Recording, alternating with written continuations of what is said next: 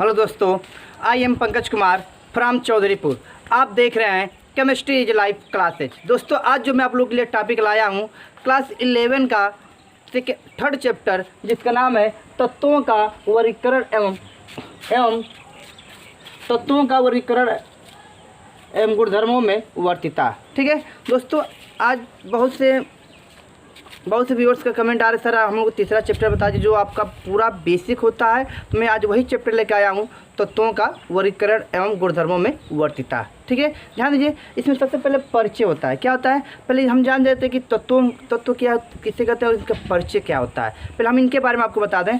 कह रहा है कि वर्तमान में लगभग 118 तत्व प्रेजेंट होते हैं। कितने होते हैं? देखिए, वर्तमान में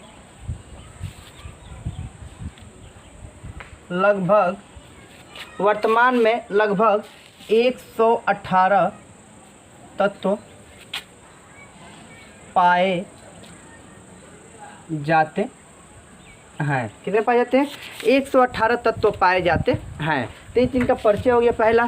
सेकेंड परिचय ये बोला कि ये तत्व परस्पर संयोग करके, ठीक है, ये तत्व परस्पर संयोग करके एक बहुत बड़ी संख्या में यौगिक का निर्माण करती है। क्या है? ध्यान दीजिए, फर्स्ट है, ध्यान दीजिए, फर्स्ट। सेकेंड कह रहा है ये तत्व परस्पर संयोग करके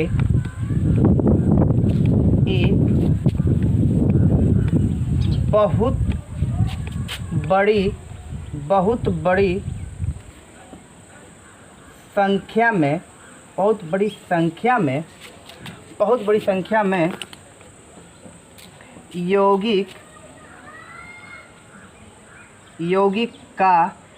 यौगिक का निर्माण करती है। क्या करती है? एक यौगिक का निर्माण करती है। बात समझिएगा। कह रहा है ये तत्व परस्पर संयोग करके एक बहुत बड़ी संख्या में यौगिक का निर्माण करती है। बात समझिएगा। कह रहा है कि जो पीरियोडिक टेबल आप लोग देखे होंगे, तो पीरियोडिक टेबल में टोटल 118 एलिमेंट पाए जाते हैं। तो वही लिखा है कि वर्तमान में लगभग 118 तत्व पाए जाते हैं। पहला हो गया। दूसरा ये बोला है कि ये तत्व परस्पर आपस में संयोग करके एक बहुत बड़ी मात्रा में क्या करते हैं? बहुत बड़ी मात्रा में यौगिक का निर्माण करते हैं। बात समझ में आया? अब ध्यान दीजिए। इसके बाद है आपके आते हैं वर्जिलियस। बात समझिएगा। ध्यान एक के बारे में बताएंगे आपको। ध्यान दीजिए।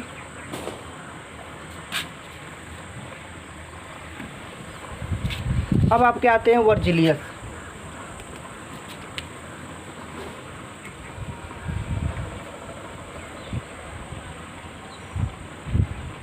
बात समझिएगा। इनका कहना है, ध्यान दीजिए, बहुत गर्मी है, ध्यान दीजिए। वर्जिलियस, तो वर्जिलियस ने, देखिए, वर्जिलियस ने तत्वों को 2 भागों में डिवाइड किया। कितने भागों में? 2 भागों में डिवाइड किया। ध्यान दीजिए।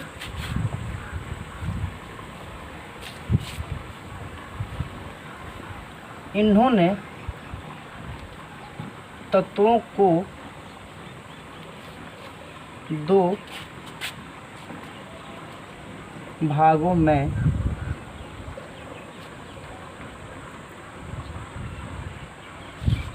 विभाजित किया। क्या किया? तत्वों को 2 भागों में विभाजित किया। किन्होंने?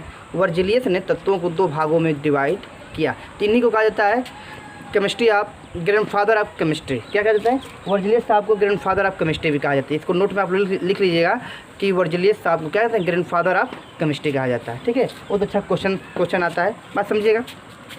देखा, इन्होंने तत्वों को 2 भागों में क्या किया? विभाजित किया। अब ध्यान दीजिए, यहाँ पर हम लेते हैं एलिमेंट। क्या लेते हैं? एलिमेंट। बात समझिएगा। तो उनसे पूछा गया, ये बताइए, तत्वों को तो अब 2 भागों में बांट रहे हैं। बात समझ में? तो एक का नाम दे रहे हैं क्या? मेटल। और दूसरे का नाम क्या दे रहे हैं? दूसरे का नाम दे रहे हैं क्या? Non metal. तो मैंने पूछा, ये बताइए, क्या कैरेक्टर है कि इसको मेटल बोल रहे हैं, क्या कैरेक्टर इसको नॉन मेटल बोलते हैं। तो इन्होंने बताया कि ये जो होते हैं आपका इलेक्ट्रॉन डोनर होते हैं। क्या होते हैं? इलेक्ट्रॉन डोनर होते हैं, ठीक है। और ये क्या होते हैं? ये आपका इलेक्ट्रॉन एक्सेप्टर होते हैं। क्या होते हैं? इलेक्ट्रॉन एक्सेप्टर होता है। बात समझे? तो ये कहने का मतलब ये है कि जो मेटल होता है वो इलेक्ट्रॉन डोनर होता है। क्या होता है? इलेक्ट्रॉन देने वाला होता है। और ये जो होता है आपका क्या? इलेक्ट्रॉन लेने वाला काम करता है। बात समझ आया? तो फिर बताइए, मैं फिर इनसे पूछा कि ये बताइए, तो ये बताइए नेचर में बहुत से ऐसे एलिमेंट पाए जाते हैं। क्या होते हैं? नेचर में बहुत से ऐसे एलिमेंट पाए जाते हैं जो क्या करता है? इलेक्ट्रॉन लेने का भी काम करता है, इलेक्ट्रॉन देने का भी काम करता है। तो उसको हम किस नाम से जानते हैं? तो उन्होंने नहीं बता पाए। कौन? वर्जिलियस साहब ने उनकी बात नहीं बता पाए। तो उन्होंने एक साइंटिस्ट दूसरा था, उनका नाम हमें नहीं पता है, हाँ जी। उन्होंने बताया, ठीक है, उन्होंने ये बताया कि जो इलेक्ट्रॉन लेने का भी काम करे और इलेक्ट्रॉन देने का भी काम करे उसको हम किस नाम से जानते हैं? सब मेटल के नाम से जानते हैं। क्या जानते हैं? सब मेटल के नाम से जानते हैं। बात समझ में आया? ध्यान दीजिए फिर से। वर्जिलियस साहब ने तत्वों को दो भागों में डिवाइड किया, ठीक है। तो उनसे ये पूछा गया, ये बताइए दो भाग में आप कौन किसको बांटे हैं? तो उन्होंने फर्स्ट बताया मेटल और दूसरा बताया क्या? Non metal. तो मेटल को हम लोग बोलते हैं क्या? ध्यान दीजिए, मेटल को बोलते हैं हम लोग धातु। क्या बोलते हैं? धातु बोलते हैं। और इसको हम लोग बोलते हैं अधातु। क्या बोलते हैं? अधातु बोलते हैं। बात समझ में आया? तो ध्यान दीजिए, इसको धातु और इसको अधातु बोलते हैं, ठीक है। तो हमने कहा कि बताइए क्या कैरेक्टर है कि आप इसको धातु बोल रहे हैं, इसको अधातु बोल रहे हैं। तो उन्होंने बताया कि जो इलेक्ट्रॉन डोनर होता है उसको हम लोग क्या बोलते हैं? धातु बोलते हैं। क्या बोलते हैं? धातु, ठीक है। और जो इलेक्ट्रॉन एक्सेप्टर होता है उसको हम क्या बोलते हैं? अधातु बोलते हैं। तो फिर उनसे ये पूछा गया, बताइए नेचर में बहुत से ऐसे एलिमेंट पाए जाते हैं जो इलेक्ट्रॉन देने का भी काम करता है और इलेक्ट्रॉन लेने का भी काम करता है, उसको किस नाम से जानते हैं? तब उन्होंने बताया कि उन्होंने, ठीक है, तब उन पता चला कि उसको हम सब मेटल के नाम से जानते हैं, जिसको हम लोग क्या कहते हैं? उपधातु कहते हैं। क्या कहते हैं? उपधातु कहते हैं। बात समझ में आया? ठीक, इतना पहले अच्छे से आप नोट कर लीजिए।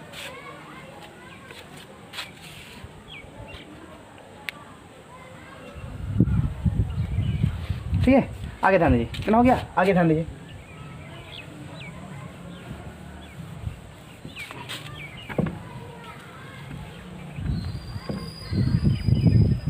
आगे ध्यान दीजिए। तो पहले हम आपको समझा कि धातु किसे कहते हैं, अधातु किसे कहते हैं और उपधातु किसे कहते हैं, ठीक है। तो आपको पहले ये बात हम अच्छे से समझा दे रहे हैं। ध्यान दीजिए, ध्यान दीजिए।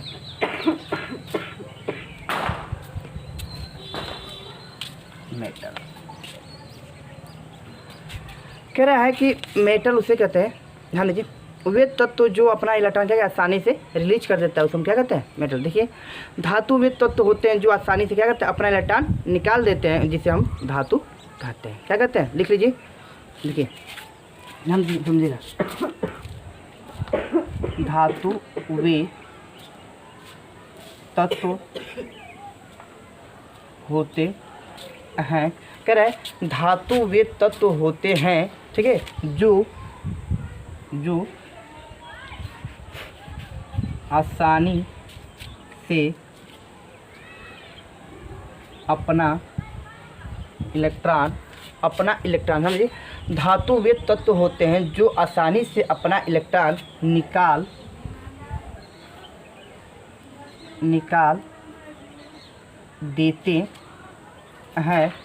देते हैं, जिसे धातु कहते हैं। क्या कहते हैं? जिसे धातु कहते हैं। क्या कहते हैं?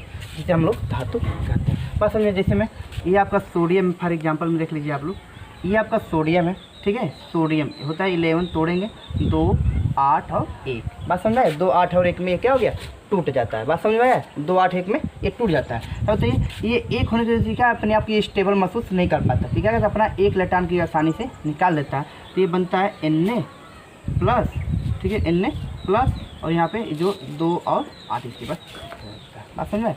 इसी तरह देख लीजिए पोटेशियम का, ठीक है, के होता है 19, तोड़ेंगे 2, 8, 8 और 1 में टूट जाता है। तो ये देखिए एक होने की स्टेबल नहीं दे पाएगा, एक इलेक्ट्रॉन आसानी से निकाल देता है। क्या करता है? एक इलेक्ट्रॉन आसानी से निकाल देता है। तो ये बन जाता है K+, ठीक है। तो इसका जो 2, 8 और 8, इसके 2, 8 होने क्या है? स्टेबल, 8 आने की वजह से ये स्टेबल है। इस क्या कर रहा है कि ये सब क्या होते हैं? ये आपका ये जितने आपके दिख रहे हैं सब क्या होते हैं, आपके धातु होते हैं। ये क्या करते हैं, अपना इलेक्ट्रॉन आसानी से ये निकाल देते हैं। बात समझ में आया।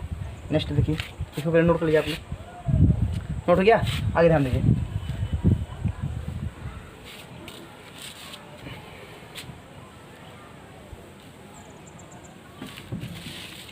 बात समझिए। अब आपको हम बता रहे हैं नॉन मेटल, जिसको हम बोलते हैं क्या, अधातु। क्या बोलते हैं, अधातु। कह रहे हैं अधातु वे तत्व होते हैं जो इलेक्ट्रॉन ग्रहण करके क्या होते हैं, नेगेटिव चार्ज बनाते हैं, उसे हम क्या कहते हैं, अधातु कहते हैं। क्या कहते हैं, देखिए अधातु वे तत्व होते हैं, अधातु वे तत्व होते हैं जो इलेक्ट्रॉन ग्रहण करके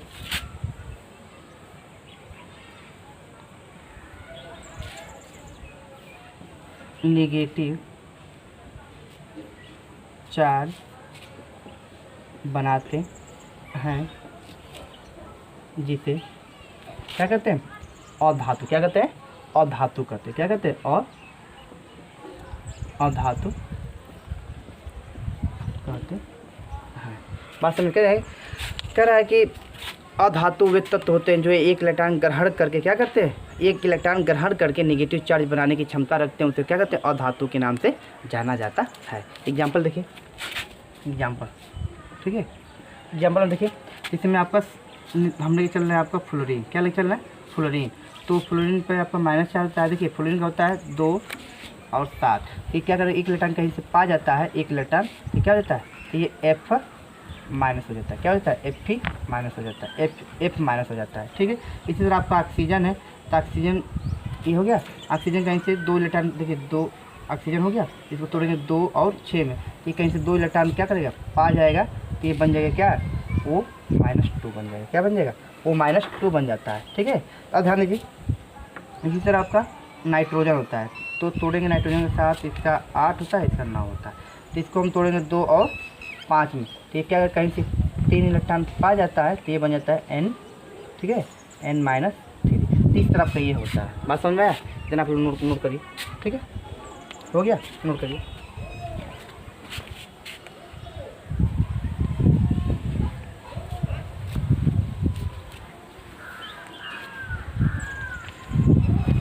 हो गया, आगे ध्यान दीजिए।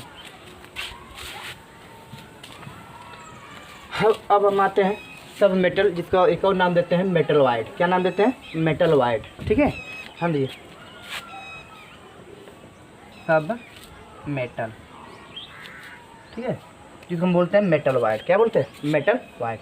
कह रहा है कि उपधातु वे तत्व होते हैं जो इलेक्ट्रॉन लेने का भी काम करता है और इलेक्ट्रॉन देने का भी काम करता है, जिसको हम किस नाम से जानते हैं, उपधातु के नाम से जाना जाते हैं। बात समझ में आया, देख लीजिए, उपधातु वे तत्व होते हैं जो इलेक्ट्रॉन लेने का भी काम करते हैं और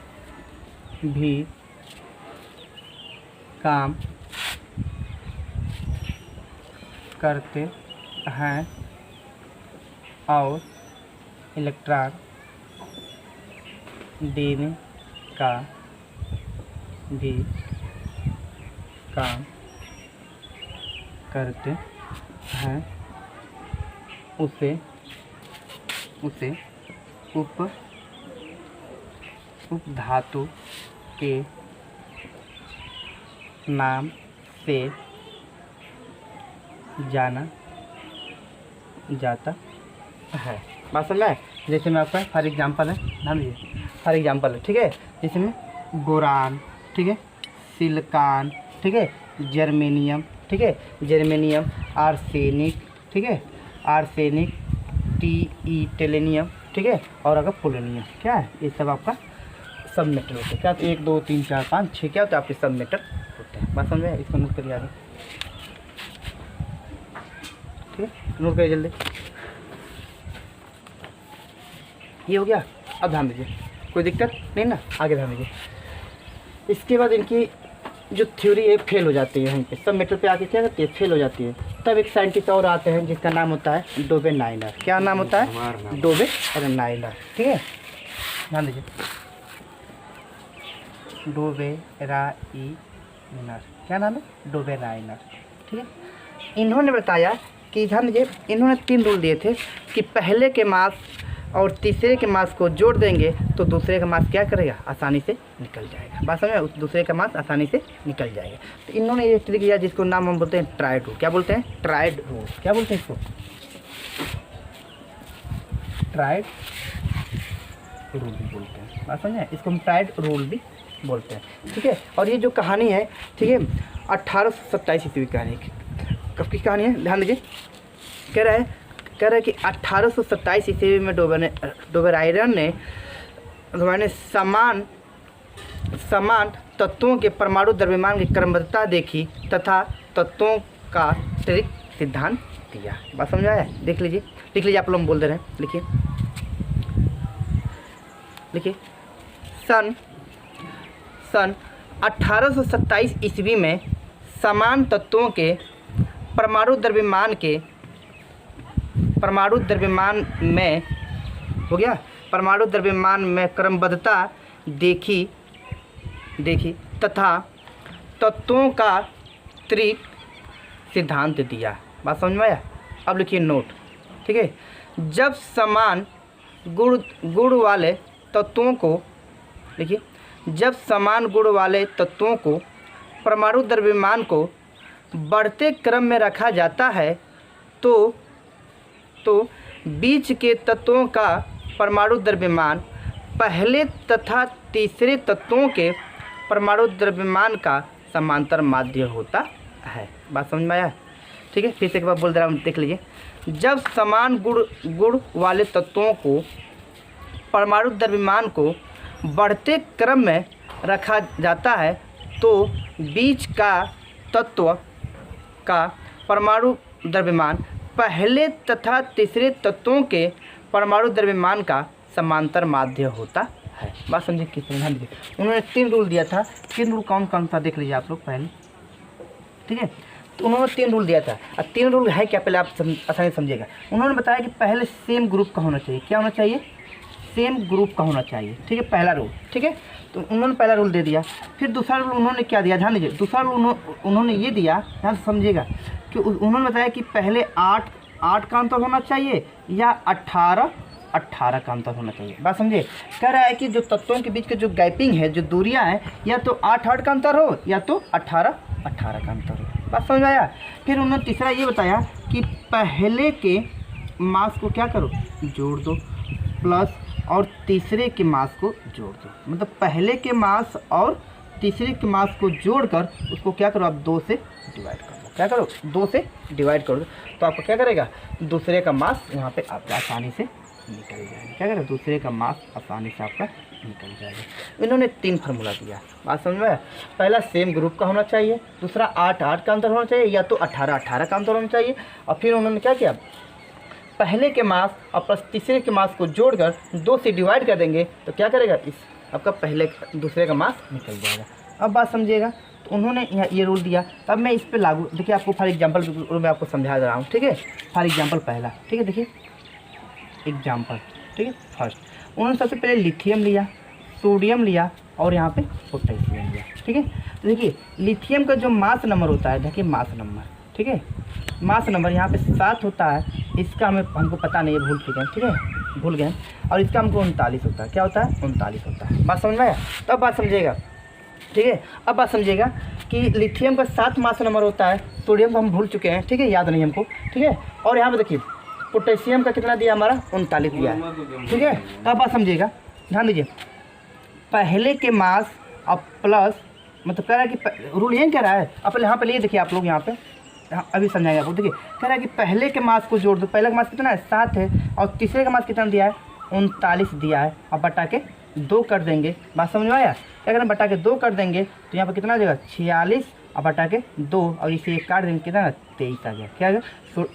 तो दूसरे का मास कितना आ गया 23 आ गया। बात समझ में आए, 23 आ गया। हमको याद था आपको समझाने के लिए हम याद किए हैं, ठीक है। बात समझिएगा, कह रहा है कि लिथियम का कितना हो गया, इतना हो गया है, सोडियम का आपका इतना दे दिया है और पोटेशियम का आपका इतना दिया है। तो अब बात समझिएगा, तो कह रहा है कि इसका जो होता है, देखिए ध्यान समझिएगा, इसका 3 होता है, इसका 11 होता है और इसका कितना होता है 19, ठीक है। अब देखिए इनकी जो बीच की जो दूरी है कितनी है आपका, बात समझिए, इनकी बीच की जो दूरी दिख रहा है कितना दिख रहा है आपका, बीच की दूरी 8 है और इनकी बीच की जो दूरी दिख रहा है कितना 8 है।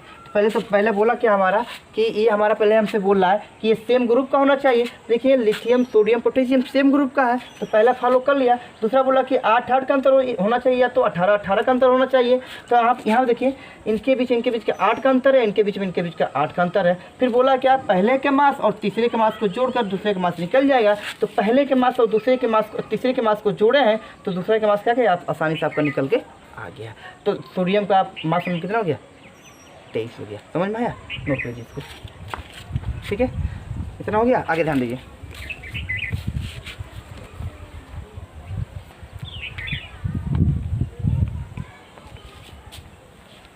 ठीक है, आगे ध्यान दीजिए, इरेज करें। और कुछ एग्जांपल हम बता दे रहे हैं आप लोग को जो आसानी से आप लोग समझ जाएंगे। ध्यान दीजिए, ध्यान दीजिए, अब बात समझिएगा। मैं कुछ एग्जांपल और आपको बता दे रहा हूँ, ध्यान समझिएगा।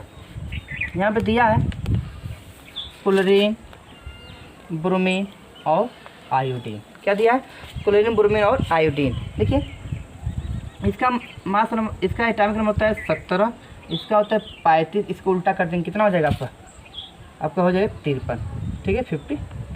अब बात समझिए, तो पहला हमारे को बोला है क्या कि पहला हमारा हमको ये बोल रहा है कि सेम ग्रुप का होना चाहिए। तो देखिए क्लोरीन, ब्रोमीन, आयोडीन ये आपका सेम ग्रुप का है। बात समझ आ रहा है, ठीक है। पीरियोडिक टेबल में देखेंगे तो आपकी सेम ग्रुप का है। फिर दूसरा हमसे क्या बोल रहा है, या तो ये 8 का अंतर होना चाहिए या हमको 18 का अंतर होना चाहिए। तो इनके बीच का हम दूरी देखें तो कितना का अंतर दिख रहा है 18 का, और इनके बीच में देखें तो हम कितना का दिख रहा है 18 का अंतर दिख रहा है। बात समझ में, तो ये भी रूल फॉलो कर गया और ये भी रूल फॉलो कर गया। फिर तीसरा रूल हमसे ये बोल रहा है कि पहले के मास और प्लस, ठीक है, पहले के मास और तीसरे के मास को जोड़ दो तो यहाँ 2 से डिवाइड कर दोगे तो क्या हो जाएगा, दूसरे का मास आप यहाँ पे आसानी से आ जाएगा, ठीक है। तो अब बात समझिए, तो क्लोरीन का जो मास नंबर दिया है, बात समझिए, क्लोरीन का तो 35.5 होता है, ठीक है। और इसका जो ब्रोमीन का जो हमारा दिया है, ठीक है, तो हम थोड़ा भूल चुके हैं ब्रोमीन का, तो हम बाद में आपको बता देंगे, ठीक है। और इसका हमको दिया है 127 दिया, कितना दिया है 127 दिया है। बात समझ में आया, अब बात समझिएगा 127 दिया है, ठीक। अब बात समझिएगा, तो अब हम क्या करें, पहले के मास को जोड़ें तो 35.5 अब प्लस 127 अब बटा के, ठीक है 2, तो कितना हो जाएगा, इन सबको हम जोड़ेंगे और हम करेंगे सबको तो कितना आपका आ जाएगा, तो 81 पॉइंट, ठीक है 81 पॉइंट क्या हो जाएगा 81.2 आ जाएगा। क्या आ जाएगा 81.2। देखिए इन दोनों को जोड़कर 2 से डिवाइड करके इतना आ जाएगा, ठीक है, ठीक इतना आपका आ जाएगा। और इसका जो ब्रोमीन का जो होता है 80 होता है, कितना मास नंबर 80 होता है। अब देखिए कुछ डिफरेंट आने लगा, तो डोबेराइनर ने बताया कि पॉइंट का अंतर हो सकता है, 1-2 का अंतर होता है, तो इसके नियर अबाउट लगभग ये हो सकता है, ठीक है। लेकिन जब देखा कि इनके बीच में ज़्यादा गैपिंग आने लगी, क्या ज़्यादा गैपिंग आने लगी, तो इस थ्योरी को भी क्या किया, फेल कर दिया गया। हाँ समझ में आया। देखिए इसको पहले नोट कर लीजिए, ठीक है। देखिए इसको निकालने पे इसका निकालने पे इतना आ गया, ठीक है। लेकिन जो ब्रोमीन का एक्चुअल जो मास नंबर होता है कितना होता है 80 होता है, लेकिन आ कितना रहा है आपका 81.2 आ रहा है। बात समझ रहा है, तो 1.2 क्या अधिक हो जा रहा है, ठीक है। तो इसलिए इनकी थ्योरी को क्या किया, मतलब धीरे धीरे जब देखा गया कि इनके बीच में ज़्यादा का गैपिंग है, उन्होंने बताया कि पॉइंट का अंतर हो सकते हैं, उसके नियर अबाउट हो सकते हैं, क्या हो सकते हैं नियर अबाउट हो सकते हैं। लेकिन जब देखा गया कि इनके बीच की दूरी क्या ज़्यादा काफ़ी बढ़ने लगी, इसलिए इनकी थ्योरी को क्या किया गया, फेल कर दिया गया। बात समझ आया। तो मैं कुछ एग्जांपल आप लोग को दे रहा हूँ और उसको आप लोग करिएगा और कमेंट बाद में आप लोग क्या करिए, हमको रिप्लाई इसका करिएगा। बात समझ में आया, ध्यान दीजिए। मैं दे रहा हूँ पहला क्वेश्चन कैल्शियम का, ठीक है, कैल्शियम का, ठीक है, स्टेंडियम का, और उसके बाद आपका बेरियम का, क्या है बेरियम का, ठीक है।